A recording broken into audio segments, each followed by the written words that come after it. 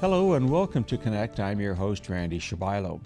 On today's show, we'll have Shad Ali talking about the WinterShines Festival, as well as John Costanzi with Braised Hospitality and some ideas for Valentine's Day. As always, we'd like to connect with you. Follow us on Facebook at ConnectYXE, catch past interviews on YouTube, email us at connectyxe@gmail.com, or leave a message at 306-665-3796. You know it's the middle of winter when WinterShines comes again to Saskatoon. We have Shad Ali with WinterShines going to shed some light on what's going to happen here coming up February 17th to 24th. Shad, thanks again for coming down. You're welcome. It's a pleasure to be here with you. I want to talk about the big picture of WinterShines and maybe how it originated and why we're at such a successful event again coming up this year. Yeah, I mean, you know, it's been quite a few years now that we've been in operation, but every year Saskatoon and our visitors, you know, our citizens and visitors keep proving us right to keep doing this thing, right? And so they come out in fairly large numbers. Last year, I think we had something like 25,000 people go through the gates.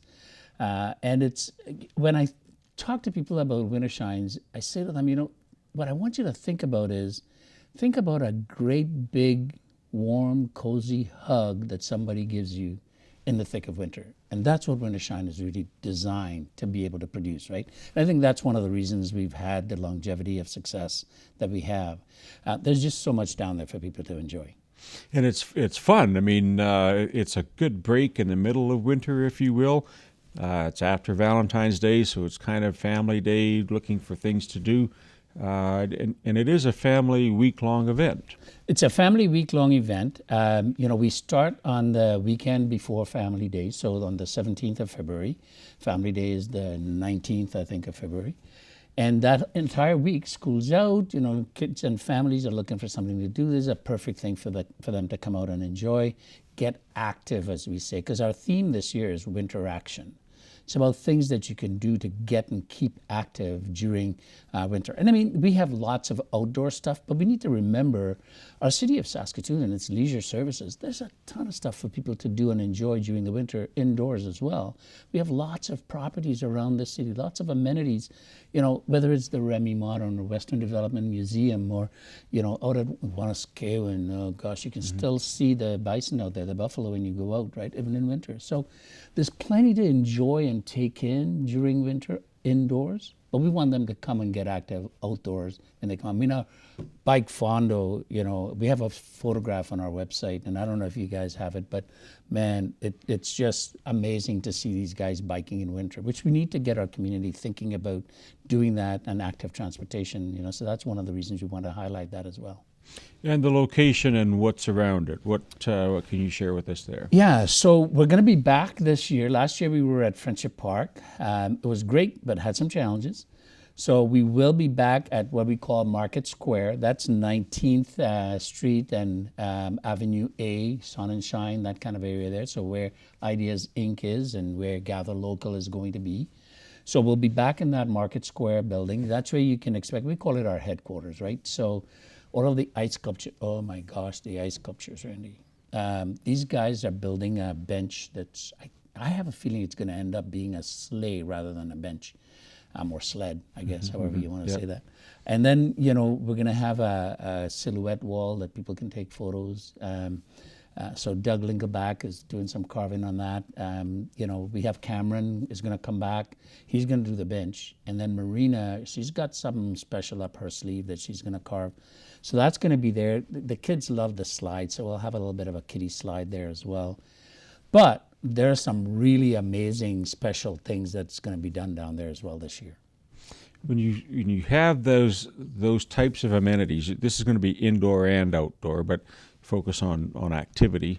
Would people just walk down and be able to enjoy the riverbank and everything in that general area? Or? One of the most spectacular things about Nutrien WinterShines, in comparison to, say, some folks a little further south of where we are today, everything is free, complimentary, thanks to our sponsors. right? Nutrien, the city of Saskatoon, Tourism Saskatchewan, Discover Saskatoon, all of our partners like you in this media outlet, right? It allows us to make this thing free and accessible. So walk down that riverbank as you travel the Meewasin Valley. It's one of the most beautiful, peaceful places to be, right?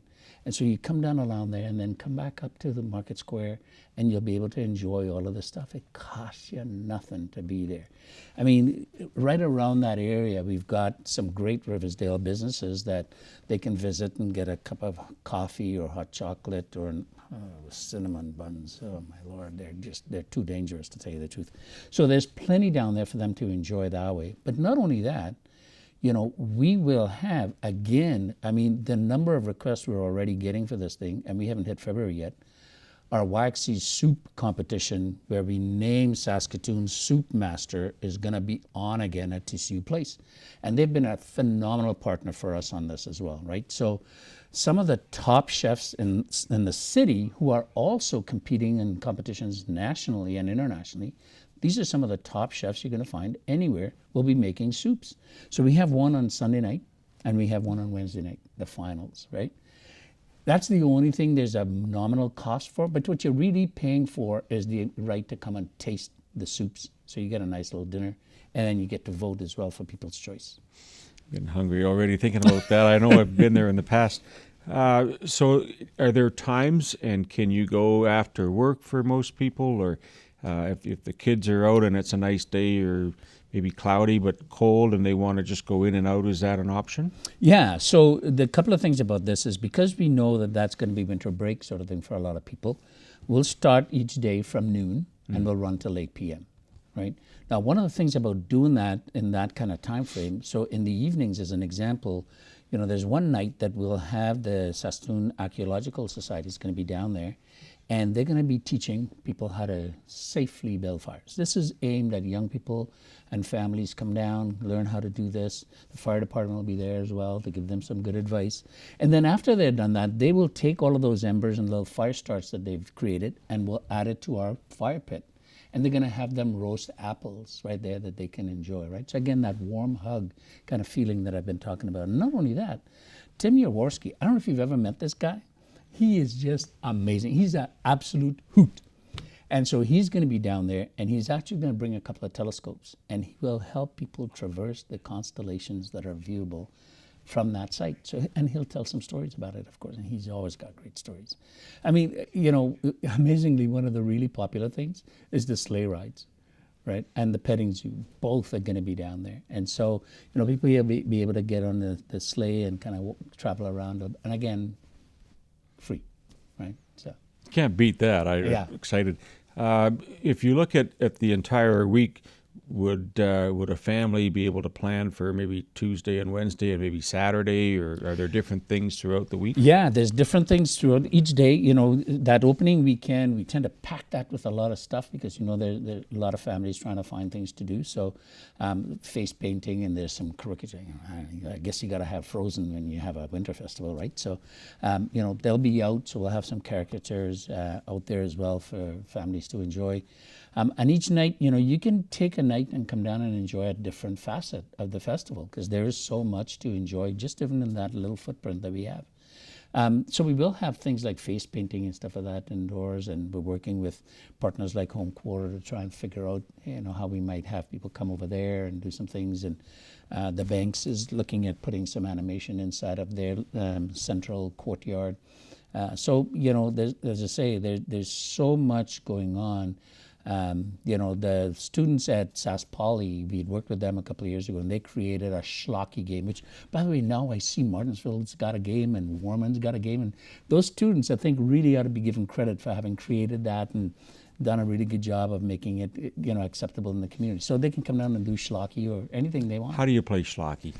Yeah, you know, it's a big box that they've created. They've got some windows in there. You get the puck, and you basically have to get the puck through that window first before you can score a goal, right? And you've won this a couple of times, or not many? Yeah. So, Randy, you're talking about a guy who was born and raised in the Caribbean. Yes. Yeah, and I have been known to wear skates I have been known to wear skis. Yeah. I On have ice been known or- to wear snowshoes. Yeah. Notice I'm saying I have been known to wear them. Yes. Yeah.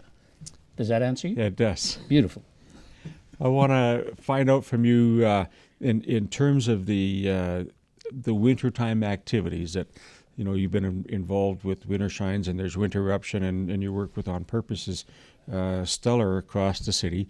With things like Winter Eruption and WinterShines, does that just give the feedback to you that you can share with us about what families like to do, or does it take you to plan for next year as well? Yeah, I mean, I would start with the city of Saskatoon has done something I think pretty special with their Winter YXC strategy, right? And so they went out and talked to the community about what it is you want to see. And that includes everything from when we start talking about this festival, we want people to think about what the impacts of winter really are, right? I mean, right down from our strategy to make sure our sidewalks are clear so that those that have mobility issues can traverse our city safely, right? Our intersections, our lanes. How do we handle all of that? And do we have warming spaces for people, not just those who might not have a home and be challenged in that way, but even individuals when they're walking on some of these brutal days that we've had over the last little bit. We need to make sure that all of those things are really addressed adequately because we are a winter city. And so that's one of the things that we've been building through this festival as well, is that whole idea of what does it take to successfully live and productively live and function in a winter city. And I think our city is doing a better job of helping the community kind of come to terms with that, right? So yeah, we've been hearing a lot about what they want to see. I think the other piece for us is why we do that festival from the 17th to the 24th of February. Things like, I know Riversdale community had this whole Christmas shopping thing as an example that they did. I know Broadway District had something they did. I think downtown has a restaurant tour thing that they're doing right now. Those are all things that get people thinking about getting active in winter and coming out and enjoying what our community has to offer. And that's a big part of why we want to do this, right? Wanuskewin is going to have Kona. It's coming up pretty soon. Winter Eruption, as you say, is next week, I think. And then WinterShines is going to be up. Like, we've got quite a bit to do to help people really, that warm hug that I talked about. I mean, the Norwegians, I think they call it hegi or something like that. Like, that's really the spirit that we're trying to create here, right? Is for people to just not be afraid of winter. And remember, you're talking to a Caribbean guy. This morning I heard somebody on one of the radio stations or something from Trinidad, which is where I'm born and raised, talking about being on a bobsled team in the Olympics. I was like, all right, I like it. Yeah.